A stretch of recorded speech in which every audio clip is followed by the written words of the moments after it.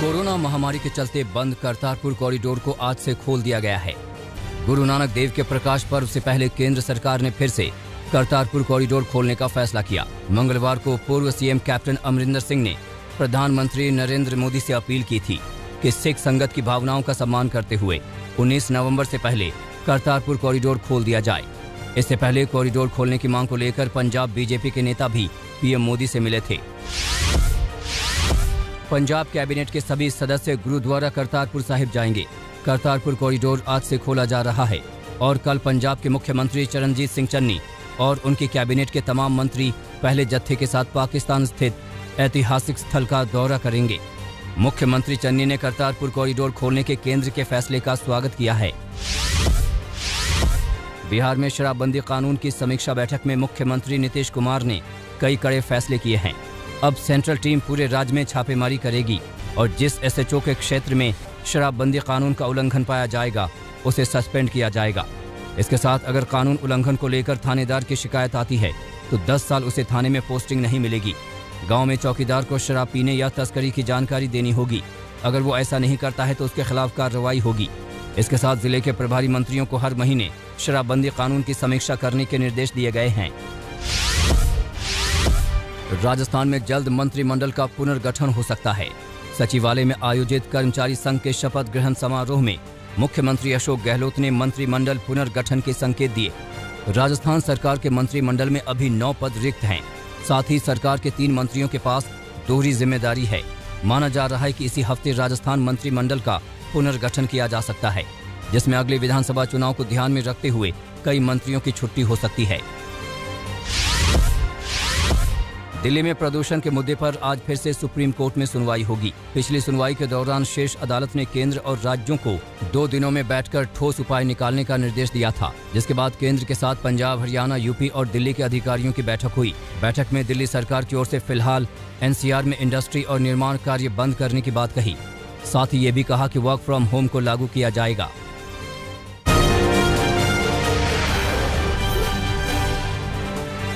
प्रधानमंत्री नरेंद्र मोदी ने कल यूपी में पूर्वांचल एक्सप्रेसवे का उद्घाटन किया। इस मौके पर प्रधानमंत्री मोदी ने बिना नाम लिए समाजवादी पार्टी के मुखिया अखिलेश यादव पर निशाना साधा। पीएम मोदी ने कहा कि इससे पहले यूपी में जो सरकार थी उसने मेरा साथ नहीं दिया। इतना ही नहीं, सार्वजनिक रूप से मेरे बगल में खड़े होने में भी उन्हें वोट बैंक के नाराज होने का डर लगता था। उनको इतनी शर्म आती थी क्योंकि काम का हिसाब देने के लिए उनके पास कुछ था ही नहीं। सार्वजनिक रूप से मेरे बगल में खड़े रहने में भी उनको पता नहीं वोट बैंक नाराज होने का डर लगता था।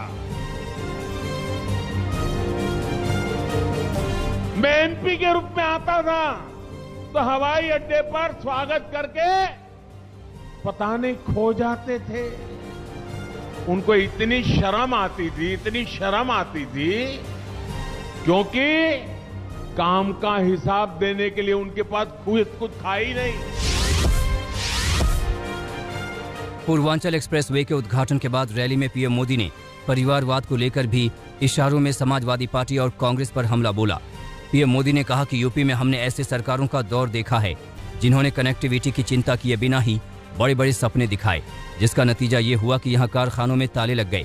ये भी दुर्भाग्य रहा कि दिल्ली और लखनऊ दोनों ही जगहों पर परिवारवादियों का ही दबदबा रहा। कई साल तक परिवारवादियों की ये पार्टनरशिप यूपी की आकांक्षाओं को कुचलती रही। पीएम मोदी ने कानून व्यवस्था के मुद्दे पर भी पिछली समाजवादी पार्टी की सरकार पर हमला बोला। प्रधानमंत्री ने कहा कि ये कौन भूल सकता है कि पहले यूपी में कितनी बिजली कटौती होती थी। कौन भूल सकता है कि यूपी में कानून व्यवस्था की क्या हालत थी। कौन भूल सकता है कि यूपी में मेडिकल सुविधाओं की क्या स्थिति थी। यूपी में तो हालात ऐसे बना दिए गए थे कि यहाँ सड़कों पर राह नहीं होती थी, राह जनी होती थी।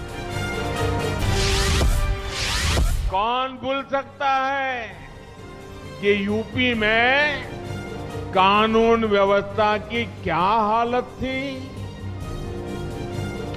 कौन भूल सकता है कि यूपी में मेडिकल सुविधाओं की क्या स्थिति थी। यूपी में तो हालत ऐसे बना दिए गए थे कि यहां सड़कों पर राह नहीं होती थी, राह जनी होती थी। पूर्वांचल एक्सप्रेसवे पर प्रधानमंत्री नरेंद्र मोदी के सामने एयरफोर्स ने इतिहास रच दिया। मोदी के सामने वायुसेना के मिराज 2000 मल्टी रोल फाइटर ने एक्सप्रेसवे पर बनाई गई इमरजेंसी एयर स्ट्रिप पर लैंडिंग की। सुखोई मिराज जैगवार विमान पूर्वांचल एक्सप्रेसवे के एयर शो में शामिल हुए। प्रधानमंत्री मोदी एक्सप्रेसवे का उद्घाटन करने के लिए भारतीय वायुसेना के C-130 हरक्यूलिस विमान से पूर्वांचल एक्सप्रेसवे की हवाई पट्टी पर उतरे थे। समाजवादी पार्टी के अध्यक्ष अखिलेश यादव ने पूर्वांचल एक्सप्रेसवे के उद्घाटन को लेकर बीजेपी पर तंज कसा। अखिलेश यादव ने ट्वीट किया कि फीता आया लखनऊ से और नई दिल्ली से कैंची आई। समाजवादी पार्टी के काम का श्रेय लेने को मची है खिंचम खिंचाई। दरअसल अखिलेश लगातार पूर्वांचल एक्सप्रेसवे को लेकर योगी सरकार पर हमला बोल रहे हैं। सोमवार को की गई प्रेस कॉन्फ्रेंस में अखिलेश यादव ने कहा था कि उनकी सरकार बनने पर पूर्वांचल एक्सप्रेसवे के निर्माण में हुई मनमानी की जांच कराएंगे।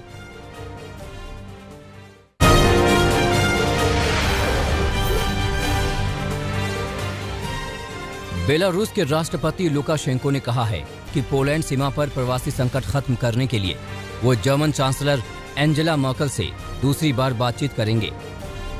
इस बीच पोलैंड पुलिस ने शरणार्थियों की पत्थरबाजी के बाद उन्हें हटाने के लिए वाटर कैनन का इस्तेमाल किया। बुल्गारिया के संसदीय चुनाव में 2 महीने पहले बनी भ्रष्टाचार विरोधी दल की जीत हुई है। ये पार्टी हार्वर्ड के पढ़े किरिल पेटकोव और असेन वासिलेव ने बनाई है। राजनीतिक संकट से जूझ रहे बुल्गारिया में साल भर के भीतर तीसरा चुनाव हुआ था। इजराइल के पूर्व प्रधानमंत्री बेंजामिन नेतन्याहू सोमवार को भ्रष्टाचार के एक मामले में कोर्ट में पेश हुए। हालांकि नेतन्याहू के वकीलों की कानूनी चुनौती के बाद मामले को अगले हफ्ते तक के लिए टाल दिया गया है। बेंजामिन नेतन्याहू अपने छोटे बेटे और लिकुड पार्टी के कुछ समर्थकों के साथ अदालत पहुंचे थे। लीबिया के तानाशाह गद्दाफी के बेटे सैफ अल सुल्तान के बाद लीबिया के शक्तिशाली कमांडर खलीफा हफ्तर ने भी राष्ट्रपति चुनाव लड़ने का ऐलान किया। मंगलवार को खलीफा हफ्तर ने पूर्वी शहर बेंगाजी में राष्ट्रपति उम्मीदवार के रूप में नामांकन दाखिल किया। हफ्तर ने कहा कि लीबियाई लोगों को एक सच्चे नेतृत्व की जरूरत है। रूस ने ISS पर मौजूद अंतरिक्ष यात्रियों की जान खतरे में डालने के आरोपों को खारिज किया। रूस की अंतरिक्ष एजेंसी ने मिसाइल परीक्षण की पुष्टि भी नहीं की। कहा, अंतरिक्ष यात्रियों को बचाना पहली प्राथमिकता थी। अमेरिका ने धमकी देते हुए कहा था कि रूस को करारा जवाब दिया जाएगा।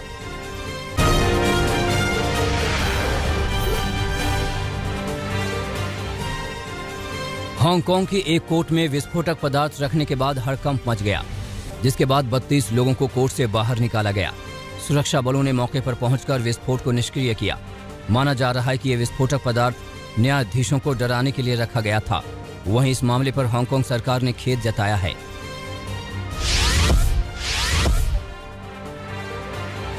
युगांडा की राजधानी कंपाला में संसद भवन के पास लगातार 2 बम ब्लास्ट हुए। हादसे में 2 लोगों की मौत हो गई है, जबकि कई लोग घायल हैं। ब्लास्ट वाली जगह से मात्र 100 मीटर दूर पर ही भारतीय पैरा बैडमिंटन टीम भी ठहरी हुई थी। हालांकि धमाके में भारतीय टीम को कोई नुकसान नहीं पहुंचा है। ब्लास्ट कैसे हुआ, अभी तक किसी ने इसकी जिम्मेदारी नहीं ली है।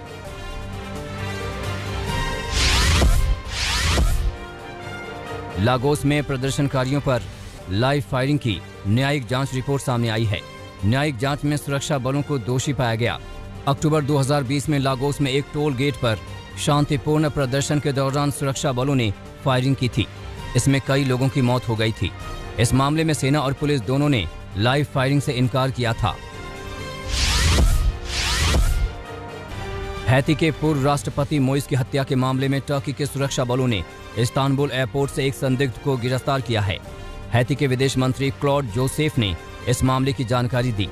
गिरफ्तारी के लिए विदेश मंत्री क्लॉड जोसेफ ने टर्की का धन्यवाद भी किया। बता दें कि मोइस की उनके निजी आवास पर गोली मारकर हत्या कर दी गई थी। सिंगापुर एयरलाइंस बोइंग 737 मैक्स विमानों की उड़ान फिर से शुरू करेगा। सिंगापुर के उड्डयन मंत्रालय ने इसकी जानकारी दी। 2 बड़े हादसों के बाद सिंगापुर ने बोइंग 737 मैक्स उड़ानों पर रोक लगा दी थी। सिंगापुर एयरलाइंस ने कहा कि हमें उम्मीद है कि ये उड़ान इसी साल जल्द शुरू हो जाएगी।